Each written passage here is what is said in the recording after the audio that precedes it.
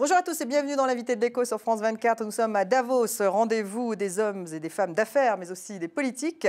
Mon invité est Jean-Pascal Tricoire, il est PDG de Schneider Electric, leader mondial de l'équipement du matériel électrique basse et moyenne tension. Bonjour. Bonjour. Merci beaucoup d'être avec nous. Alors, vous êtes le plus chinois des patrons du CAC 40, Jean-Pascal Tricoire, puisque non seulement vous vivez à Hong Kong, mais vous présidez le comité France-Chine. Qu'est-ce qu'on a dit des attentats qui se sont passés en France, vu de Chine? Qu'est-ce que ça a donné?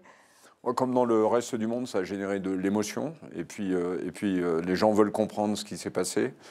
On se rend compte au travers de ce qui s'est passé que la France occupe quand même une grande place dans le... Il y a un assez grand lien émotionnel, on va dire, en Chine vis-à-ce de la France. Et à Hong Kong spécifiquement ou en Chine à Hong Kong, mais en Chine aussi. Donc les gens essayent de comprendre et essayent de voir ce que ça veut dire pour la France, ce que ça veut dire pour l'Europe.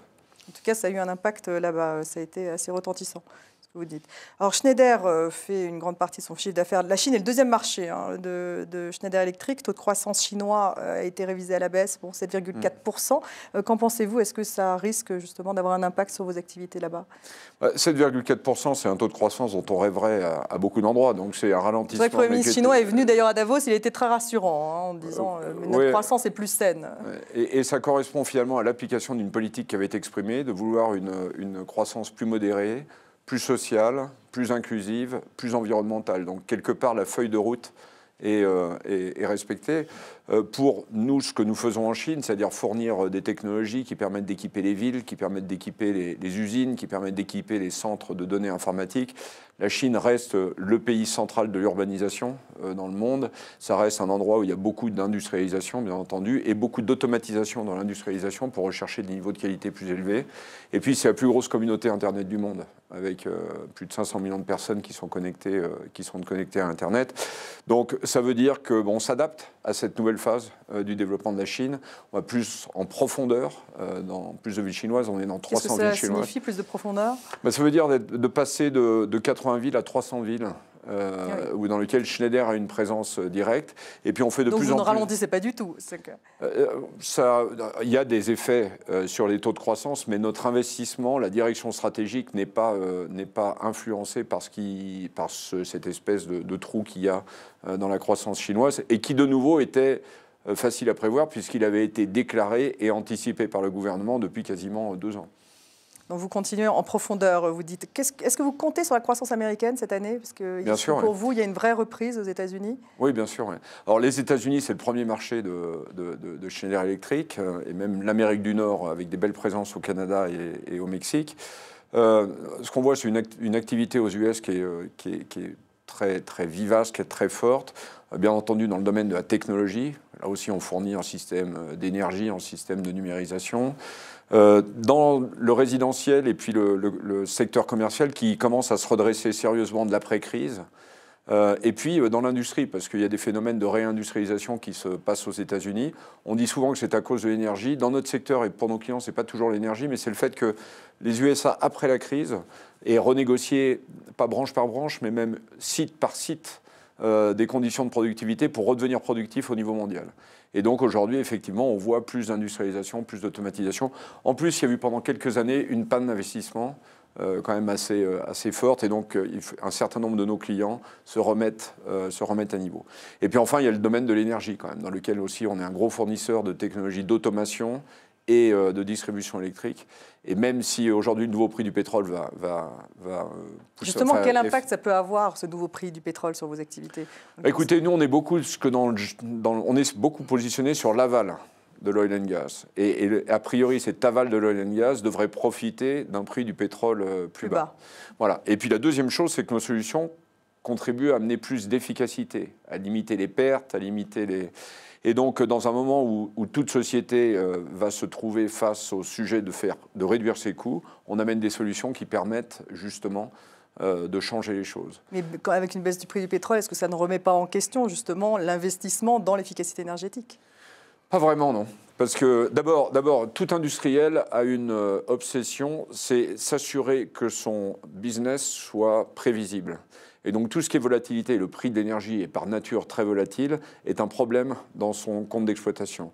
Donc tout ce qui permet de réduire cette portion de volatilité est d'une part bon pour le court terme, et deuxièmement, tout le monde dit que quand même, on devrait avoir un retour à des prix plus élevés du pétrole dans le futur. Donc on voit des clients qui sont prêts à continuer à travailler sur une notion d'efficacité, plus qu'avant peut-être même à cause de cette nouvelle pression sur les coûts. L'efficacité énergétique reste clé chez vous. Alors c'est vrai que le groupe Schneider Electric a beaucoup évolué en 10 ans. Vous fabriquez plus seulement du matériel électrique, mais vous êtes donc un spécialiste de la gestion d'énergie.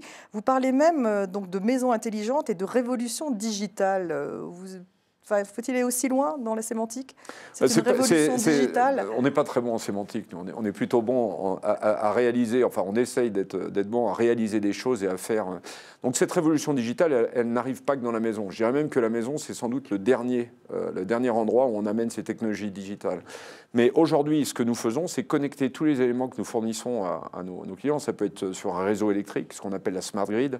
Ça peut être à l'intérieur des villes, c'est ce qu'on appelle la smart city. Ça peut être à travers des bâtiments commerciaux, les smart buildings, pour faire que finalement l'environnement technique s'adapte à la présence des personnes, que par exemple on modifie le plan de circulation d'une ville s'il y a un événement sportif à un endroit ou s'il y a une tempête qui va affecter les réseaux d'eau, qui va affecter le transport. Donc tout est lié en fait. Et tout est lié. Est-ce que ça ne rend pas plus vulnérable quelque part aussi le fait que tout soit connecté? On parle beaucoup de cybersécurité, toutes ces problématiques-là. Alors la cybersécurité, c'est un gros sujet d'investissement pour nous. C'est-à-dire qu'on a des équipes entières qui passent leur temps à élever les barrières de défense des systèmes par rapport aux attaques extérieures. J'imagine. Mais au contraire, je pense que justement la digitalisation permet de prévoir beaucoup mieux les choses. Par exemple, je prends un exemple très simple. On fait des systèmes solaires, des systèmes renouvelables, des panneaux solaires qu'on connecte au réseau, on fait des bâtiments intelligents. Le fait que tout ça soit connecté et soit positionné sur ce qu'on appelle le cloud permet de le connecter, par exemple, à des softwares de prévision météorologique. Ce qui permet justement de prévoir que le lendemain, il va y avoir une baisse, s'il y a des nuages, une baisse de fourniture d'électricité, s'il y a une grande vague de froid qui arrive, va demander de mettre en chauffe les bâtiments un peu plus tôt. Et donc, cette prévision, cette capacité à connecter les facilités techniques à d'autres éléments de l'environnement fait qu'on limite les risques. On réduit les risques. Vous avez aussi acquis un certain nombre de sociétés, notamment le britannique Invencis. C'est une très grosse acquisition pour vous, 3,9 milliards d'euros, c'est digéré? On a bien commencé cette intégration qui a été quand même une grosse partie de 2014. La première année se passe formidablement. Donc Invencis nous renforce dans l'automation, particulièrement dans le domaine du gaz, dans le domaine énergétique, mais aussi dans tout ce qui est justement l'aval du secteur pétrochimique, du secteur chimique. C'est aussi une société qui avait un très gros portefeuille de software pour l'amélioration des processus industriels. Donc ça fait, nous, une société de taille conséquente dans le domaine du software. Et cette intégration se passe très bien, oui. Elle se passe très bien. Allez-vous faire d'autres acquisitions? Vous y pensez encore? Alors, quand on a terminé l'acquisition d'Invencis, on a dit finalement, maintenant, on a le portefeuille de capacités technologiques qu'on souhaitait et la présence géographique que nous souhaitions. Donc aujourd'hui, on s'est volontairement inscrit dans une période où on intègre les acquisitions et on s'assure qu'on tire le maximum du portefeuille des possibilités qu'on a assemblées pour nos clients. Donc vous n'êtes pas à l'affût d'une prochaine acquisition Non, c'est beaucoup de travail d'intégrer toutes ces acquisitions et on est encore en train de les intégrer. Même en Afrique, parce que j'ai vu que vous avez fait un achat également au Kenya récemment. Oui, alors ça c'est une histoire à laquelle j'ai participé très personnellement, puisque j'étais basé en Afrique lorsqu'on a commencé ce partenariat. Et en fait, c'est l'intégration d'un partenaire de Schneider qui a développé ses affaires et souhaitait nous transmettre le futur de son affaire, mais ça nous renforce effectivement sur tout l'Est africain. À partir de Nairobi, ça nous donne une très forte position pour servir les besoins locaux. Alors la France... mais Schneider est très présent en Afrique. Enfin, une présence historique dans l'Afrique subsaharienne, bien entendu en Afrique de l'Ouest, bien entendu aussi dans la partie nord de l'Afrique. Un pays comme l'Égypte est un pays où on a beaucoup de collaborateurs. Et il nous manquait cette brique dans l'Afrique de l'Est qu'on vient de construire. La France reste 4e marché pour la France, c'est le 3e marché de Schneider. Ah, c'est le 3e. Donc 7% de votre chiffre d'affaires, mais 25% de la recherche, 20% des achats. Comment l'expliquer ? Je crois que c'est l'histoire de la globalisation vue d'une société française. Schneider a énormément, à un moment, a fait tout ce qu'elle pouvait faire en France et continue à développer des innovations au niveau français, dans la domotique, dans l'efficacité d'énergie. On est aujourd'hui pionnier dans tout ce qui est connexion du véhicule électrique. On amène des capacités aussi dans les nouveaux services que peuvent apporter les fournisseurs d'électricité. On est partenaire technologique d'un certain nombre de grands acteurs français. On accompagne les acteurs français aussi à l'export. Et puis, nos technologies, on est fournisseur de technologies. Et quand vous êtes fournisseur de technologies, le seul moyen d'être pertinent, même au niveau local français, c'est d'être pertinent au niveau mondial. Et donc, l'histoire de Schneider, ça a été un très gros développement à l'international. Et finalement... Il y a un tout petit développement en France. Non, pas du tout. Non, on a continué à se développer en France, puisqu'il y a la moitié de ce qu'on fait en France aujourd'hui qu'on ne faisait pas il y a 10 ans. Ce sont des nouvelles technologies, des nouvelles valeurs, mais qu'on a pu apporter à des coûts corrects, parce qu'on avait la taille au niveau mondial.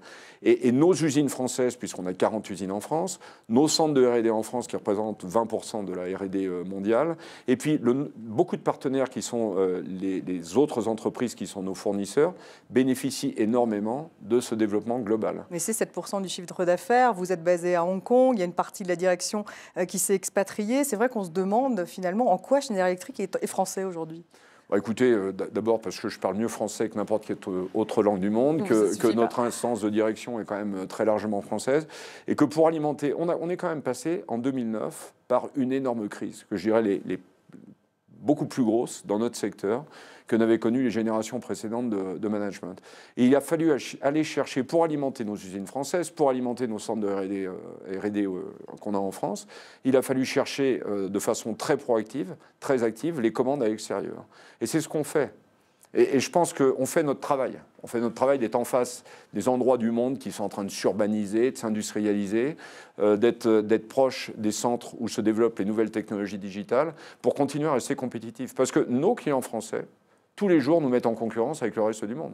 Nos clients français, ils sont aussi globalisés. Et je pense que ce qu'ils apprécient chez Schneider, c'est le fait qu'on soit dans 100 pays et qu'on soit capable de leur apporter, à tout moment et dans tout secteur, les meilleures solutions qu'on met au point à tout endroit du monde. Ouais. Donc on vit dans un monde globalisé. Et l'entreprise est définitivement globalisée. En tout cas, et l'entreprise est globalisée. Et je crois qu'il faut non seulement l'accepter et le cultiver, parce que les entreprises françaises, lorsqu'elles embrassent la globalisation, se débrouillent plutôt bien. Dans le top des 100 premières entreprises européennes, il y a beaucoup plus d'entreprises françaises que le poids économique de la France. Il faut qu'elles embrassent le monde, ces entreprises françaises. Merci Jean-Pascal Tricoire. Merci à vous de nous avoir suivis et restez sur France 24.